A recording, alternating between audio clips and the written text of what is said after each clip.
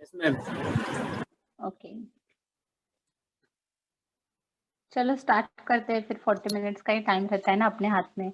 देखो, बहुत बार रिवाइज करना मेरा एक हैबिट बन गया है लगता है।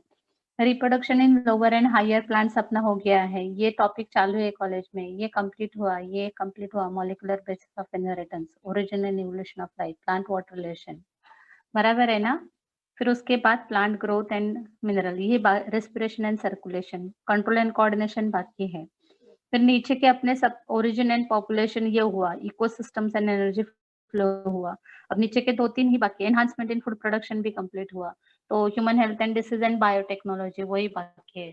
तो उसमें ह्यूमन हेल्थ एंड डिसीज में कुछ नहीं, हेल्थ मतलब क्या और उसका मार्किंग स्कीम भी देखेंगे ना आप लोग। तो मार्किंग स्कीम कितना है उसका, 4 मार्क्स का है। With option and without option भी देखेंगे तो उतना ही मार्क्स है उसको। मैंने विथ ऑप्शन ही लिखे हैं। ओके, तो उतने ही मार्क्स को आपको पढ़ना है। तो ये चैप्टर पे हाँ ये एक लेते हैं बायोटेक्नोलॉजी। तो आज मैं सोच रही थी कि इसे कॉलेज में लेक्चर हुए क्या, मुझे कुछ रिप्लाई देंगे आप लोग। मेरा बायो का लेक्चर किसने लिया क्या? मैथ्स का हो गया क्या वहां पे? ओके ठीक है। तो मैं क्या करती हूँ, इसको स्टार्ट करती हूँ, हाँ, कंट्रोल एंड कोऑर्डिनेशन, क्योंकि अभी कॉलेज में आना ही है ना थोड़े दिन तक, तो वो रिप्रोडक्शन कॉलेज में कंप्लीट हो जाएगा। नहीं अगर हुआ तो यहाँ पे भी स्टार्ट करते हैं। और रिप्रोडक्शन का नहीं, अभी उसमें टाइम ही नहीं दे जाएगा। Control and coordination he start करती हूँ, 9th वाला चैप्टर। हाँ, उसको मार्क्स है 11 इसलिए।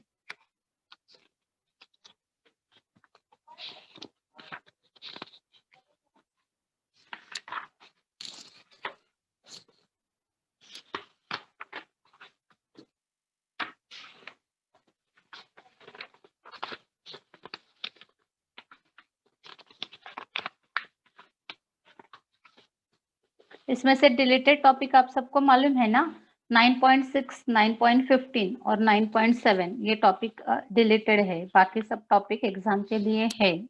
ओके, तो यहाँ पे जो बाकी सब एग्जाम में है उसमें से कंट्रोल एंड कोऑर्डिनेशन। तो ये जो टॉपिक है ना, कंट्रोल और कोऑर्डिनेशन, इसमें कंट्रोल कौन करता है और कोऑर्डिनेट कौन करता है उसके बारे में समझेंगे। पहले कोऑर्डिनेशन जो है ना, नर्वस कोऑर्डिनेशन है। और कंट्रोल कौन करता है एक्चुअली, हार्मोनल सिस्टम। तो हार्मोनल सिस्टम हमारी बॉडी में कैसे कंट्रोल करती है, तो हार्मोन्स की वजह से। तो फॉर एग्जांपल अगर हार्मोनल सिस्टम का इम्बैलेंस होगा तो हमारी ग्रोथ नहीं होगी अच्छे से, डेवलपमेंट नहीं होगी, कैरेक्टर्स डेवलप नहीं होंगे, फेमिनाइन बोलो या मैस्कुलाइन बोले, या तो किडनी का फंक्शन नहीं चलेगा। तो उसको कंट्रोल करवाने वाला जो सिस्टम है वो इनडायरेक्टली पिट्यूटरी ग्लैंड से, या तो हार्मोनल कोऑर्डिनेशन, हार्मोनल सिस्टम है। और उसको कोऑर्डिनेट करने वाला जो है that is called as a nervous coordination. तो एक्चुअली दोनों मिलके एक साथ काम करते हैं, hormonal system and nervous system. तो वो दोनों को मिलके एक साथ पढ़ेंगे और वो टॉपिक है कंट्रोल एंड कोऑर्डिनेशन। तो बेसिकली टेक्स्ट बुक में दिया है कि जैसे यूनिसेलुलर ऑर्गेनिज्म, सबको चलेगा ये टॉपिक स्टार्ट करो तो कुछ प्रॉब्लम नहीं है ना। Please all of you chat में रिप्लाई दे दो, कितने जन ज्वाइन हो गए, चैट करने से भी समझ में आता है। ये चैप्टर को मैंने कितने मार्क्स कहे, 11 मार्क्स कहे हैं। तो ये चैप्टर है कंट्रोल एंड कोऑर्डिनेशन का। तो ये जो 11 मार्क्स का चैप्टर है, एम आई ऑडिबल? हाँ ओके, थैंक यू। तो ये जो 11 मार्क्स है उसको सिस्टमैटिकली पढ़ेंगे, ज्यादा टाइम भी नहीं लेंगे और एग्जैक्टली टू द पॉइंट पढ़ेंगे। तो यहाँ पे यूनिसेलुलर ऑर्गेनिज्म रहेगा, सपोज एक अमीबा, एक सिंगल सेल लिया मैंने एक्सप्लेन करने के लिए। इसमें न्यूक्लियस है, तो इसका कंट्रोल एंड कोऑर्डिनेशन किसके थ्रू होगा, एक ही न्यूक्लियस के थ्रू, और इसके अंदर जो सेल ऑर्गेनेल है वही काम करेंगे। लेकिन जैसे-जैसे unicellular organism is converted into multicellular organism, तो उसमें क्या होता है, मास ऑफ सेल सेपरेट होती है। जैसे डिवीजन ऑफ लेबर होता है, घर में 10 जन है, तो 10 जन को काम बाँट के दिया जाता है कि मॉर्निंग को तुझे ये करना है, फिर आफ्टरनून को ये करना है। तो अगर काम बाँट के दिया जाएगा तो वो रिस्पॉन्सिबिलिटी देता है। जैसे अभी देखो, लिंक देना है तो अभिनव ने लिंक रिस्पॉन्सिबिलिटी ले लिया, तो उसको टेंशन रहता है कि खाना भी नहीं खाया, लेक्चर से आया, क्लास से आया, तो जल्दी से मुझे लिंक भेजनी है या अटेंड करना है। तो ऑटोमेटिकली वो हमारी बॉडी में भी होता है कि किडनी एकदम अवेयर रहती है कि अरे बाप रे मुझे फिल्टर करना है, अगर मैं फिल्टर नहीं करूंगी तो बॉडी में कुछ डिसऑर्डर आएगा, मेरी ही डेथ हो जाएगी, ऐसा उस किडनी को लगता है। तो किडनी भी काम करती है, डाइजेस्टिव सिस्टम भी काम करती है, अगर मैंने डाइजेशन नहीं किया तो मुझे ही ब्लड नहीं मिलेगा, तो वो भी काम करती है। तो वैसे वर्क को डिवीजन होता है, so organ and organ systems are required, and अगर वो दोनों काम नहीं करेंगे, किडनी ने कहा मैं नहीं काम करूंगी और अगर डाइजेस्टिव सिस्टम ने कहा कि हम काम नहीं करेंगे, तो ऑटोमेटिकली अपनी बॉडी फेल होगी। तो इसलिए उसको भी कोई कंट्रोलर रखा है, so that is control and coordination. तो control and coordination, that is various system our maintain homeostasis. Homeostasis मतलब क्या? इक्विलिब्रियम मेंटेन करता है, टेम्परेचर रेगुलेट करता है, सब जगह पे 37 डिग्री सेल्सियस टेम्परेचर रखना। आप इसका एक कॉमन एग्जांपल समझो, अगर आपने किसी फ्रूट को डब्बे में पैक करके रखा 2 या 3 दिन के लिए, पका हुआ फ्रूट है, तो अंदर ही अंदर क्या हो जाएगा बताओ? सड़ जाएगा, अंदर ही अंदर डिकम्पोज होगा, क्योंकि और डब्बे को खोलेंगे ना तो सब जगह से पानी आया हुआ दिखेगा, क्योंकि उसका टेम्परेचर अंदर से इंक्रीज हो गया। तो हम भी एक बंद डब्बा है ऐसे समझेंगे। सपोज ये बंद डब्बा है और उसके अंदर हम फूड डाल रहे हैं, कुछ खाना डाल रहे हैं, तो उसको मेंटेन नहीं किया, टेम्परेचर से रेगुलेट नहीं किया, तो कहीं ना कहीं डिकम्पोजिशन स्टार्ट होगा। तो डिकम्पोजिशन ना होने के लिए होमियोस्टेसिस एक प्रोसेस है कि जहाँ पे जो डिग्री टेम्परेचर रिक्वायर्ड है वो रेगुलेट करेगी। तो animal and plants both show control and coordination mechanism, लेकिन प्लांट्स में जो कंट्रोल कोऑर्डिनेशन मैकेनिज्म आता है वो केमिकल सिग्नल से होता है, और हमारी बॉडी में जो होता है दैट इज केमिकल सिग्नल, मतलब उन्होंने दिया है देखो, सजेस फोटोट्रॉपिक है, कीमोट्रॉपिक है, या तो थिग्मोस्टैटिक है। तब फोटोट्रॉपिक मतलब light sensitive, leaf light sensitive है, फोटोसिंथेसिस करते हैं। रूट केमिकल लेते हैं, सपोज वो हो गए कीमोसेंसिटिव, या तो कोई लीव्स भी रहते हैं, प्लांट्स भी रहते हैं कीमोसेंसिटिव, जैसे थायोबैसिलस बैक्टीरिया है, वो जो है वो थायोबैसिलस मतलब सल्फर एक्टिवेट है। फिर उसके बाद थिग्मोटॅक्टिक दिया है देखो, थिग्मोटॅक्टिक मतलब टच मी नॉट प्लांट जो है ना, मराठी त्याला लाजाळू म्हणतात। सपोज आपण त्या झाडाला टच केलं तर त्याच्या लीव्स ड्रूपिंग होतात, so that movement is called as a chemical signal पे काम करता है। लेकिन एनिमल बॉडी में और भी कॉम्प्लेक्सिटी आती है, तो that complexity control and coordination is by electrical and chemical signal. तो वो किससे होता है? electrical and chemical signals से। So in this chapter now you will study about the development of various nervous system। तो इसमें क्या आएगा ये nervous system में कि किसमें क्या-क्या organs develop हुए हैं, कैसे-कैसे system आई है। तो even though there are different types of cells in the sponge, तो पहला variety लिया उन्होंने पोरीफेरा का। पहला एनिमल आता है अमीबा, अमीबा के बाद आता है पोरीफेरा, पोरीफेरा के बाद आता है सिलेंट्रेटा, सिलेंट्रेटा के बाद आता है प्लैटीहेल्मिन्थिस, प्लैटीहेल्मिन्थिस के बाद एस्केल्मिन्थिस। तो सबसे पहले उन्होंने स्पॉन्जेस मतलब पोरीफेरा लिया है। They have lacking nervous system, no proper nervous system. अगर उनमें proper multicell though they are unicell multicellular, in them though no development of nervous system. तो नर्वस सिस्टम नहीं है तो डिवीजन ऑफ क्या हुआ है देखो, लेबर हुआ है। तो उनमें जो एक्टिविटी हो रही है कौन सी? डाइजेशन है, रेस्पिरेशन है, एक्सक्रीशन है, अदर हायर एनिमल्स में जो है सच एज फाइला। तो इनमें जो एक्टिविटी होगी that activity is control and coordinated by various stimuli, and that various stimuli और changes in the external environment. तो एनवायरनमेंट में जो चेंजेस आएंगे ऑन स्टिमुलाई बेसिस होंगे। तो फुल्ली डेवलप नहीं है, लेकिन समहाउ जो डेवलपमेंट हुई है उससे उनका काम चलता है। तो ये एग्जाम्पल हुआ पोरीफेरा का। फिर उसके बाद दूसरे लोअर एनिमल आए सच एज हाइड्रा और प्लानेरिया। तो हाइड्रा और प्लानेरिया, ये हाइड्रा का डायग्राम आपके पास बुक में दिया है, और दूसरा प्लैटीहेल्मिन्थिस का एग्जांपल है प्लानेरिया। तो दो एग्जांपल दिए उन्होंने, Coelenterata group variety that is hydra और फ्लैटवर्म्स दैट इज प्लैटीहेल्मिन्थिस। तो इन दोनों में क्या होता है, थोड़ा थोड़ा उनमें नर्वस सिस्टम डेवलप हुआ है। तो nervous electrical system and endocrine chemical control system, तो ये दो सिस्टम्स वहां पे काम करती है और वो सेपरेटली डेवलप हुई है। तो देखो हाइड्रा मतलब निडारिया, निडारिया मतलब सिलेंट्रेटा, ये फाइलम है हाँ एनिमल का। And they have diffuse nervous system, diffuse nervous system this is most primitive nervous system, सबसे पहली जो नर्वस सिस्टम डेवलप हो गई वो हाइड्रा में आई। And they have a sensory cell, and that sensory cells are called as a nerve cell or neurons, और वो that neurons are nothing but simple fibers। तो यहाँ पे देखो ये nerve net दिखा है, तो nerve fiber के they are all over scattered over the body and they have a response to receive the stimuli and that carried to the gap between the nerve that is called as a synapse, and वो जो nerve fiber form हो गए that is called as a nerve net। तो ये जो nerve net fiber है ये hydra के दोनों फॉर्म में आता है, मेसोग्लिया फॉर्म में भी आता है, और जो पॉलिप रहता है, फ्री रहता है, उन दोनों में भी आता है actually. One is connected towards the epidermis and second towards the गैस्ट्रोएंडोडर्मिस।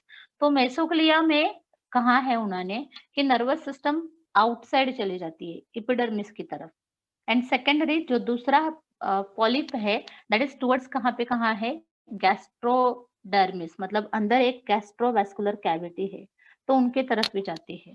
And there are the sensory cells scattered in the body wall that is and tentacles, तो वो बॉडी वॉल की तरफ गए हैं that is to receive the response of stimuli, तो वो stimuli जो रहेंगे उसे रिसीव करेंगे, और वो इम्पल्स कैरी होगा। इम्पल्स कहाँ पे कैरी होगा कि बॉडी के, हाइड्रा के बॉडी के अंदर, और हाइड्रा की बॉडी से वो हाइड्रा की मूवमेंट होगी। So Hydra activation of sensory cells can happen at any point. For this point, impulse can be carried throughout the body in any direction. तो एनवायरमेंट से क्या लिया गया, देखो स्टिमुलाई लिया गया, stimuli are converted into impulse, impulse carry कहाँ पे हो गए, सेंसरी सेल्स में, और सेंसरी सेल्स से वो मूवमेंट करेगा, जिसे जहां चाहिए वहां जाएगा। So that nervous system is diffuse type of nervous system. तो मेन लाइन एक्चुअली यही है, हाइड्रा में कौन से टाइप ऑफ नर्वस सिस्टम है, और फर्स्ट उसमें डेवलप हो गई। फिर उसके बाद नेक्स्ट आता है प्लैनेरिया। तो प्लैनेरिया की जो नर्वस सिस्टम है वो कौन से फाइलम में आता है, प्लैटीहेलमिन्थिस। हाइड्रा कहाँ पे आता है, सिलेंट्रेटा में, और प्लैनेरिया कहाँ पे आता है, प्लैटीहेलमिन्थिस में। इसमें जो नर्वस सिस्टम है that is central nervous system, that central nervous system is nothing but mass of cerebral, or that is called as a cephalic ganglion, that is appearing like an inverted U shaped structure। तो यहाँ पे देखो दिया है diagram में, जो आई spot है उसके यहाँ पे ही पहला नर्वस सिस्टम का रिंग लाइक स्ट्रक्चर डेवलप हो गया, और उससे ये दो नर्व कॉर्ड निकले, ये एक और ये दूसरा नर्व कॉर्ड है, और ये दो नर्व कॉर्ड से थ्रेड निकल रहे हैं, that threads are called as a nerve fiber or neuroglia। तो nerve thread to nerve cord to nerve cord, nerve cord to nerve cord, nerve cord to nerve cord, यहाँ पे nerves connect भी हुए हैं, और that nerves are called as a transverse nerve। तो यहाँ पे क्या हो रहा है, हाइड्रा जो प्लैनेरिया है, प्लैनेरिया में सेंट्रल नर्वस सिस्टम डेवलप है। सेंट्रल नर्वस सिस्टम के साथ देखो there is lie in this U shaped region brain, there lie in anterior और head region to form each ganglion arise 9 branches towards the outer side। तो वो ganglion की 9 branches head से separate हो जाएंगे, यहाँ से जो आए है वहां से वो टोटल 9 ब्रांचेस लेंगे। और ventrally from below the ganglion arise a pair of ventral nerve cord. तो वेंट्रली मतलब उसकी जो फ्लैट बॉडी है वहां से 2 नर्व कॉर्ड अराइज होंगे, and they are interconnected each other by transverse nerve और कमिशर लाइक अ लैडर। तो ये दो नर्व कॉर्ड है वो ट्रांसवर्स लैडर लाइक कनेक्ट हुए, and peripheral nerve plexus arising lateral from the vertebral nerve cord. तो ये जो वर्टिब्रल नर्व कॉर्ड है उससे ये पेरिफेरल नर्वस सिस्टम जो है और पेरिफेरल नर्व फाइबर्स जो है वो अराइज होते हैं। Now the peripheral nervous system include the sensory sales. वो सेंसरी सेल्स है, उनका फंक्शन क्या रहेगा, स्टिमुलाई रिसीव करना, और स्टिमुलाई रिसीव करके बॉडी में देना, और बॉडी टू कहाँ पे लेके जाना, ब्रेन की तरफ लेके जाना। तो यहाँ पे देखो वो जो सेल्स है, रिसेप्टर्स है, सेंसरी सेल्स है, that sensory cells are photosensory structure, and the eyes are located on the dorsal side of the brain, and also there is a single sensory cells scattered in the body. तो sensory cells जो है वो light sensitive cells है, वो light sensitive cells light को receive करेंगी और तो ब्रेन पास ऑन करेगी। तो केमिकल स्टिमुलाई बोलो, इलेक्ट्रिकल स्टिमुलाई बोलो, वैसे फोटोवोल्टिक स्टिमुलाई बोलो, वो रिसीव करने का काम वो सेंसरी सेल्स करेंगी। And the above example that is hydra and planaria are earlier studied. आपको 11th स्टैंडर्ड में भी ये हुआ है, कॉकरोच का नर्वस सिस्टम, और अभी हमें जो पढ़ना है वो ह्यूमन का नर्वस सिस्टम है। तो उन्होंने कहा है कि आपको एक जस्ट नॉमिनल नाम के लिए 2 ऑर्गेनिज्म का नर्वस सिस्टम बताया, फुल्ली डेवलप नहीं हुआ वो कौन सा हुआ, ये हाइड्रा का, और सेकंड आया है प्लैनेरिया। अब हम लोग डायरेक्ट हमारे इसमें जाते हैं ह्यूमन बॉडी में। तो ह्यूमन बॉडी में इवोल्यूशन हो गया, evolution from what, from simple organism to higher organism. तो वैसे ही ब्रेन का भी डेवलपमेंट हो गया। So there is a evolution of complex networking system which efficiently transmit the signal between one part of organ to the body to the another। तो जैसे जैसे इवॉल्व होता गया तो ये इवोल्यूशन में मतलब ट्रांसफर ऑफ क्या हो गए बताओ, changes for transmission of the nerve signal.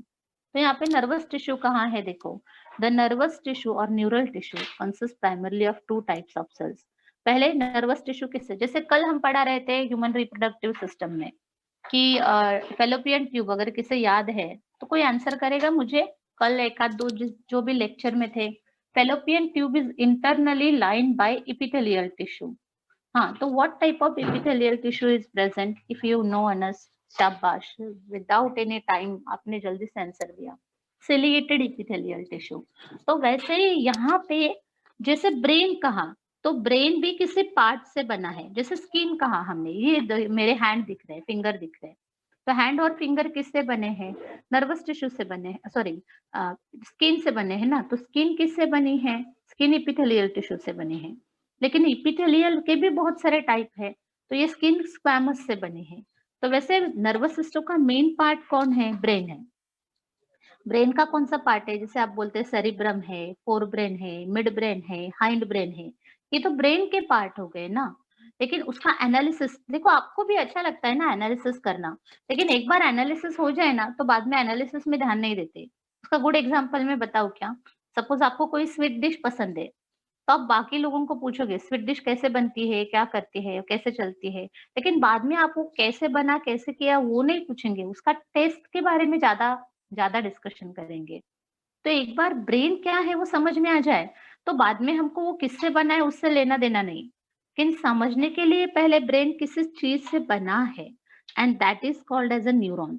और ये बायोलॉजी है ना, रियली ये बॉडी से रिलेटेड अपने टॉपिक है। एक बार हमारी ये क्यूरियोसिटी खत्म हो जाए ना, तो हम हमारी बॉडी के बारे में इतने अवेयर हो जाते हैं कि बाकी चीजों के तरफ डाइवर्ट, मतलब डाइवर्ट इन होने का सवाल ही नहीं आता। हमें अपने ही बॉडी के सिम्टम समझ में आते हैं, अरे ये मेरे साथ ऐसा हो रहा है क्योंकि मेरी बॉडी में ये चेंज हो रहा है, मेरे माइंड में चेंज हो रहा है, मेरे हार्ट में चेंज हो रहा है, मेरे स्टमक में चेंज हो रहा है, क्योंकि ये इस तरह से काम करता है, ये हमें मालूम पड़ता है। तो देखो, तो ब्रेन का जो मेन सिस्टम है न्यूरल टिश्यू, वो जो न्यूरल टिश्यू है वो मेन सेल से बनती है, that is called as a neuron. और न्यूरॉन को सपोर्ट करने वाले, जैसे मैंने कल परसों कहा था कि किडनी यूटेरस को पकड़ना है, ओवरी को पकड़ना है, तो वहां पे पेरिटोनियल वॉल है, एक कर्टन है, जिस कर्टन को वो यूटेरस या तो ओवरी कनेक्ट होती है। तो वैसे न्यूरॉन भी किसी न किसी से कनेक्ट होगा, और सपोर्टिंग जो सेल रहेगी उसे कहा जाता है न्यूरोग्लिया, और that is called as a glial cells. Glial मतलब ग्लिया मतलब चिपका के लेने वाला, सपोर्ट लेने वाला, ऐसे समझो।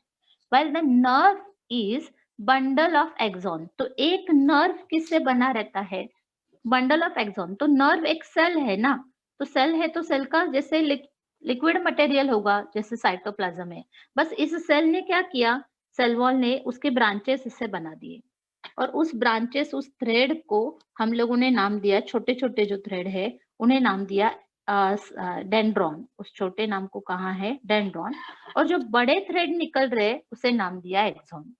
तो उन्होंने क्या कहा है, while nerve is a bundle of axon, तो एक नर्व एक न्यूरॉन पकड़ा, तो पूरी एक नर्व जो है वो बंडल ऑफ एक्सॉन से बनी हुई है। While nerve is use for bundle of axon outside the central nervous system, while inside the central nervous system for the same word tract is used। तो उन्होंने क्या कहा कि ब्रेन जो नर्व जो है that is used for bundle of axon outside the central nervous system. तो central nervous system से बाहर जाने वाले को हम लोगों ने क्या कहा है, दैट इज द नर्व।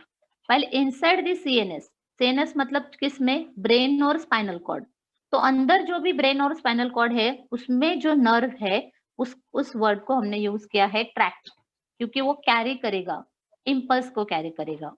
तो नर्व में भी सेंसरी, मतलब वो स्टिमुलाई लेगी या तो स्टिमुलाई देगी, दैट इज मोटर, या तो वन वे या तो बाय वे रहेगा, मिक्स। मिक्स मतलब क्या, दोनों भी काम करेगा, लेने का भी और देने का। तो सेंसरी क्या करती है, सेंसरी परसेप्टर से लिया जाएगा। सेंसरी मतलब इतना याद रखना, अपने आईज, नोज, ईयर, टंग जो भी रहते हैं ना, please all of you reply me, what are the sensory organs in our body. आप मुझे सुन रहे हो ना, आज आप मुझे नहीं देख रहे हो। हाँ, nose, very good. Anus, anus ही अटेंड कर रहा है लेक्चर या बाकी लोग भी है लेक्चर के लिए। सारे तो आंसर आने से ही आ गए। ओके, हाँ यस धनश्री आइज। आप मुझे कौन से ऑर्गन से मतलब रिसीव कर रहे हो? नॉलेज, मुझे मतलब नॉलेज को, बायोलॉजी का नॉलेज कौन से ऑर्गन से रिसीव कर रहे हो? ईयर्स से। ओके ठीक है, तो ईयर्स के अंदर जो सेल रहेगी, ईयर तो कान तो बाहर वाला है ना, ये कान तो नहीं सुनता है, आपका बाहर वाला ईयर पिन्ना नहीं सुनेगा, बराबर। तो कान, आवाज कहाँ जा रहा है? आपके कान के अंदर जा रहा है ना। एक्चुअली हाथ को भी आपकी आवाज टच हो रहा है, आपकी बॉडी को भी टच हो रहा है, लेकिन उसे रिसीव करने नहीं आ रहा है। रिसीव करने वाला एक ही ऑर्गन है आपके पास, ईयर। समझ में आ रहा है ना? तो बाहर का जो महसूस हो रहा है आपको वो, हाँ वो ईयर से महसूस हो रहा है, लेकिन ईयर के कौन सी सेल से वो रिसीव हो रहा है? जैसे स्किन आवाज को ले रही है, आंखें भी आवाज को ले रही है, टंग भी आवाज को ले रही है, लेकिन उसे रिसीव नहीं कर पा रही है। सिग्नल्स बोलते हैं ना, वो सिग्नल वो रिसीव नहीं कर पा रहा है। तो कान उस सिग्नल को ले रहा है, लेकिन उसे किसी एक सेल के पास भेजना पड़ेगा, और वो जो कान की सेल है उसे कहते हैं सेंसरी सेल। उस सेल को कहेंगे सेंसरी सेल। अब आप ये पिक्चर देख रहे हो, मैडम ने टेक्स्ट बुक पे पिक्चर रखा है, तो ये आपके कान भी देख रहे हैं, लेकिन उस कान को देखने नहीं आता।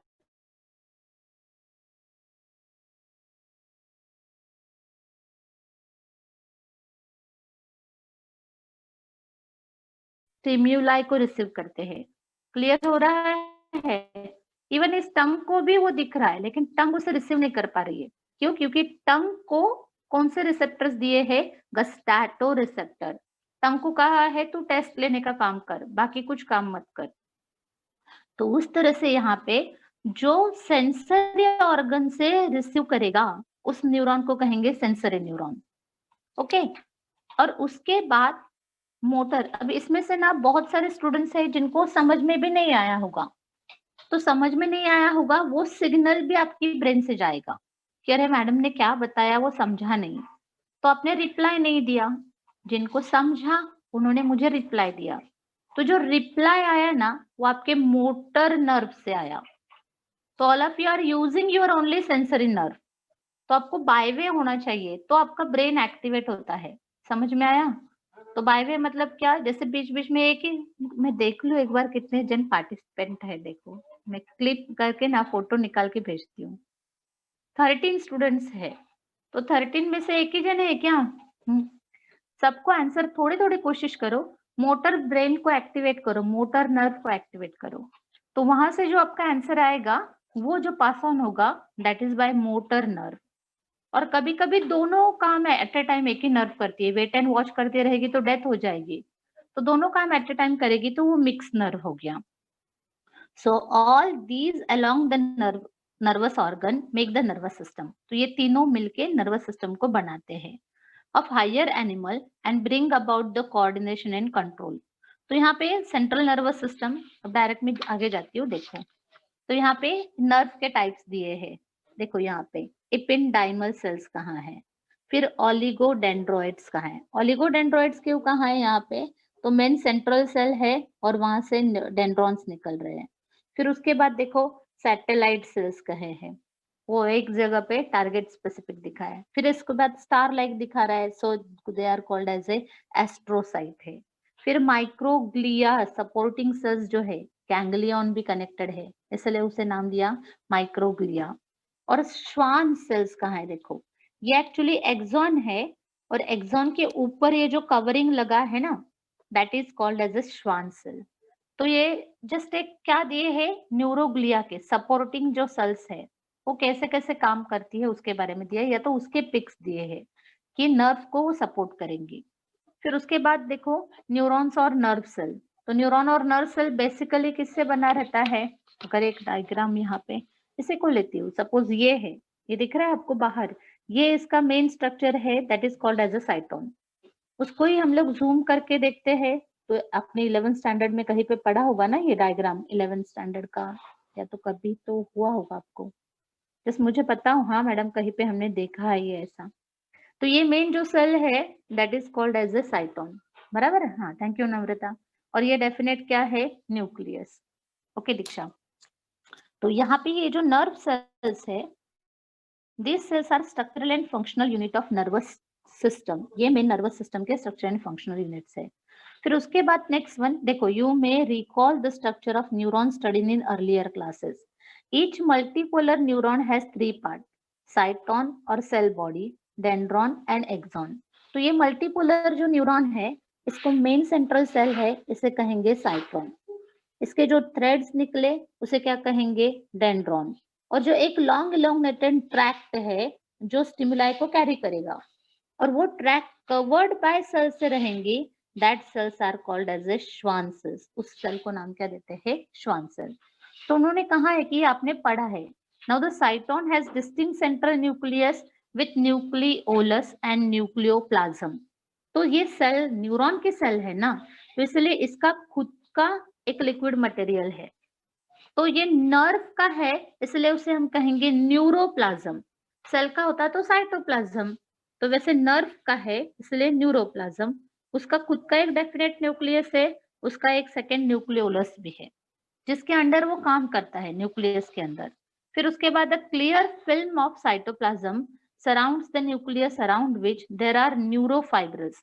वो साइटोप्लाज्म में छोटे छोटे छोटे छोटे थ्रेड्स निकलेंगे, that are called as a neurofibrils. इसी में हाँ, and in that the granules are present. That granules are called as a Nissal's granule. The Nissal's granule है, Nissal's नाम के साइंटिस्ट ने ढूंढ के निकाले थे.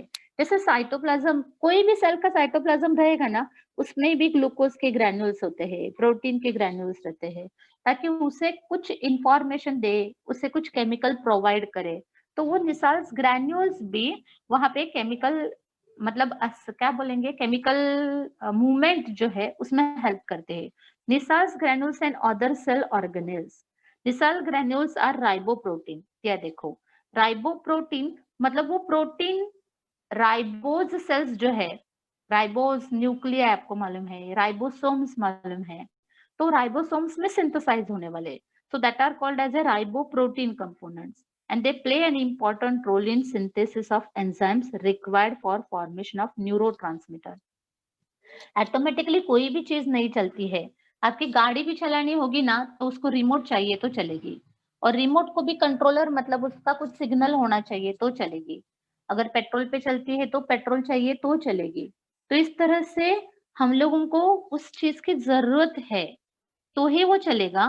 तो वैसे यहाँ पे भी नर्व को काम करवाने के लिए केमिकल चाहिए, एंजाइम्स चाहिए, and that are called as a neurotransmitter. So here neurofibrils play a important role in transmission of nerve impulse. तो न्यूरोफाइबर से इससे ट्रांसमिशन होता है. तो जस्ट ये क्लियर हुआ. फिर उसके बाद जो छोटे स्मॉल थ्रेड्स आते हैं उसे कहा जाता है डेंड्रॉन, और जो लॉन्ग इलोंगेटेड थ्रेड आएगा that is called as a axon.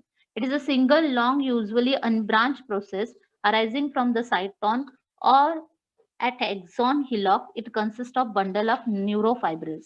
तो जैसे जैसे ये नीचे आएगा तो यहाँ पे एक स्ट्रक्चर फॉर्म करेगा, and that is called as a axon hillock. Axon hillock मतलब उसके मेनी मासेस तैयार हो जाएंगे. तो इस तरह से स्ट्रक्चर ऑफ किसका बताया उन्होंने, न्यूरॉन. और कौन सा टॉपिक कंप्लीट हुआ, नर्व सेल. तो उसके बाद नर्व एंडिंग में यहाँ पे नर्व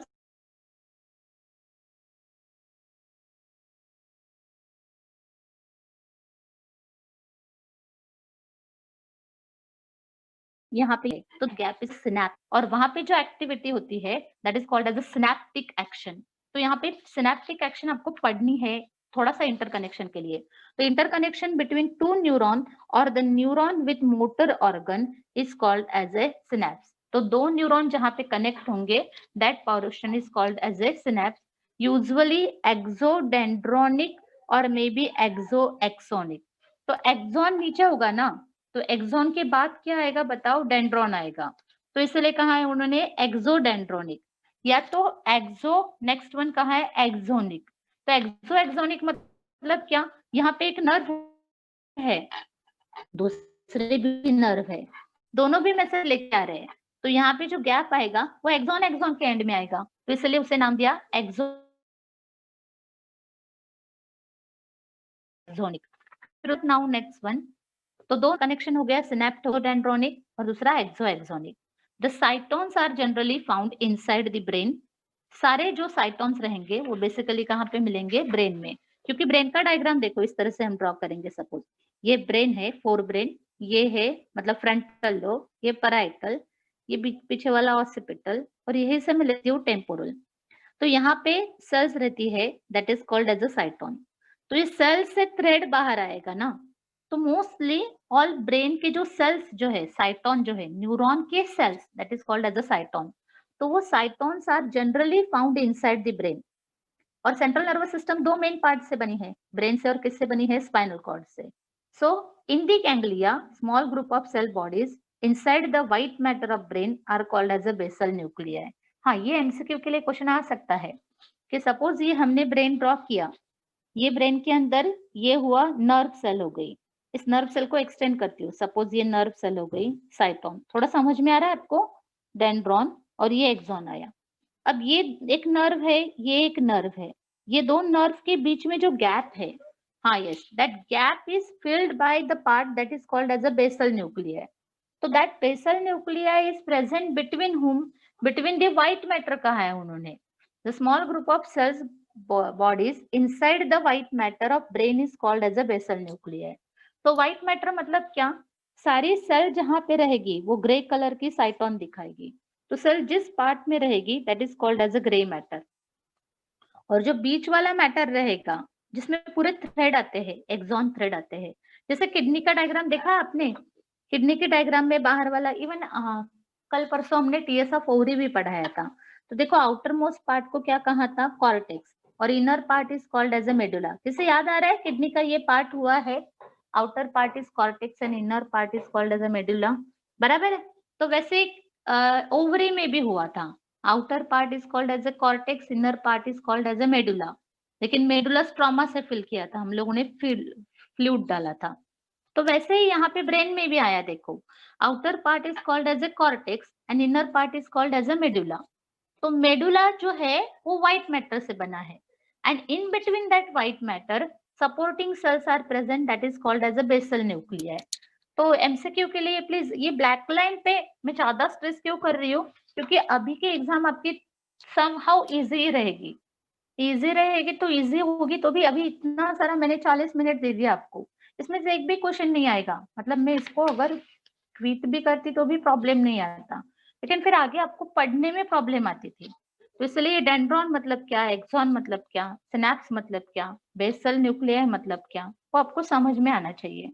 फिर bundle of axon called as a nerve may be covered by outermost protective coat that is called as a neurilemma। अगर वो कवर है तो that is called as a medullated, और अगर नहीं है तो दैट में बी नॉन मेडुलेटेड। तो यहाँ पे may be covered, sorry, a bundle of axons called as nerve may be covered only by neurilemma in non-medulated nerve fibers। Sorry, हाँ, आउटर मोस्ट ये जो एक्सॉन है, एक्सॉन के ऊपर एक छोटा सा पतला शीट आएगा, ओनली ट्रांसपेरेंट शीट, लेयर, मतलब जैसा प्लाज्मा मेम्ब्रेन है, तो सेल का मेम्ब्रेन जो रहता है उसको सेल मेम्ब्रेन कहते हैं। नर्व का जो मेम्ब्रेन है उसे कहेंगे न्यूरिलेमा, तो नर्व मेम्ब्रेन है। तो जिसमें ओनली नर्व मेम्ब्रेन रहेगा वो सेल को कहेंगे नॉन मेडुलेटेड। और जिस सेल के न्यूरिलेमा पे, नर्व मेम्ब्रेन पे और एक मेम्ब्रेन आएगा ऐसे श्वान सेल जैसा, तो उस सेल को कहेंगे मेड्यूलेटेड। तो दो टाइप ऑफ सेल हो गई, मेड्यूलेटेड और कौन सी कही, non medullated. So, while in medullated fibers, it is covered both by medullary sheath on the outside by neurilemma। तो बाहर से भी उसके न्यूरिलेमा रहेगा और वो कवर्ड बाय किससे रहेगा, श्वान सेल से बोलो या तो कोई और नर्व कवरिंग रहेगा उसे, that sheath is called as a medullary sheath. इसका रेट कितना है देखो, the conduction of impulse by medullated nerve is 50 times faster than the non medullated nerve. तो ये क्यों ऐसा मैडम, इसको तो कवरिंग है, ये तो मोटा है, तो मोटा है तो भी इसका 50 टाइम्स फास्ट नर्व क्यों है नॉन मेडुलेटेड से, क्योंकि मेडुलेटेड नर्व में जंप ऑफ कैपेसिटी होती है। आप वो देखते हैं ना, क्या क्या चैनल आता है मालूम नहीं मुझे, उसमें रहता है ना वो बिल्डिंग के ऊपर ऊपर से कूद कूद के जाते हैं, स्पाइडरमैन, स्पाइडरमैन, ओके। तो उसमें कैसा होता है कि सपोज ये नर्व है और नर्व के ऊपर ये मेडुलेटेड शीट, मेडुलरी शीट है, तो इसका मैसेज झट से दूसरी शेल पे जंप ऑफ होके जाता है, तो फास्टली जंप ऑफ होके जाता है, इसलिए मेडुलेटेड शीथ का जो मैसेज है वो 50 टाइम्स फास्टर है देन हुम on the non medullated nerve, क्योंकि नॉन मेडुलेटेड नर्व सांप जैसे हो गई, रेप्टाइल स्नेक जैसे, वो उड़ के नहीं जा सकता, तो जमीन पर रेंगते रेंगते वो स्टिमुलाई को लेके जाएगा, इम्पल्स को लेके जाएगा। आया समझ में? तो आई थिंक यहाँ तक कंप्लीट हुआ। फिर उसके बाद न्यूरोग्लियल सेल्स, मतलब इतना याद रखना कि वो सपोर्टिंग सेल्स है। These are greater in number than the neuron, क्योंकि उनको सपोर्ट देने का काम है। So that neuroglial cells refer to the supporting cells of central nervous system. तो हम लोगों ने आज सेल के बारे में पढ़ा, कल मैं सिनेप्स बताऊंगी इन शॉर्ट, और फिर डायरेक्टली हम लोग जाएंगे ह्यूमन नर्वस सिस्टम में। मैं 2-3 क्वेश्चन पूछती हूँ, देखो आपको आते हैं क्या, कोशिश करेंगे। हाँ,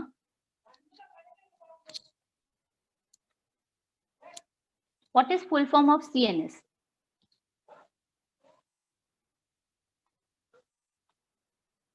All of you listening me? Central nervous system. Very good. Shabash. Brain is made up of cell. What is the name of that cell? Brain made up of cell. What is the name of that cell? Very good. Neuron. Neuron is divided into main 3 parts. What are that 3 parts?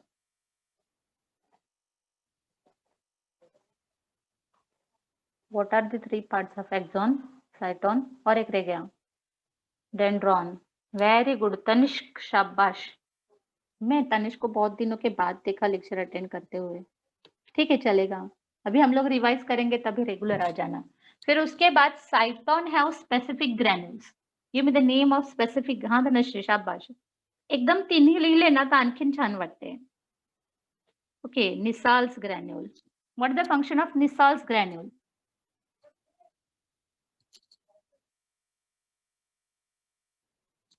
ढूंढो, textbook आपके हाथ में है ना, कौन पहले answer देता है आप में वो चुरस आने चाहिए, कंपटीशन आना चाहिए, मैं पहले टाइप करूं।